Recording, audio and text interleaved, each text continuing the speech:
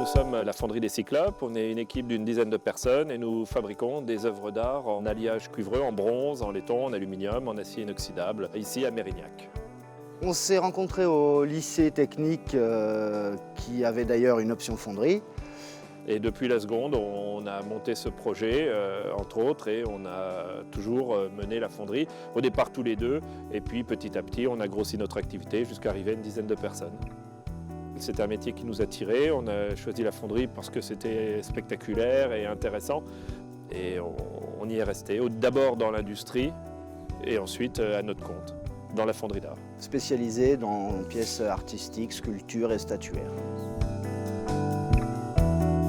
On va lancer la fabrication par une première étape de moulage qui va constituer à réaliser un négatif de l'œuvre originale en élastomère silicone.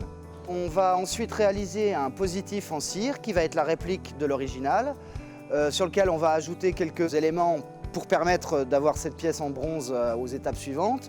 On va ensuite réaliser un moule en plâtre réfractaire qui va être au contact du métal.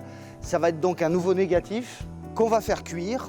Étape très importante pour enlever l'eau et la cire du moule, pour ensuite couler par l'intermédiaire d'un four de fusion qui va nous le rendre liquide, et là réaliser un positif de nouveau en métal qui va être la copie conforme toujours de l'original, qui va être ensuite ébarbé, ciselé, poli, puis patiné. Donc là on va amener une coloration à la pièce pour ensuite être terminé, pour être exposé et vendu par les artistes.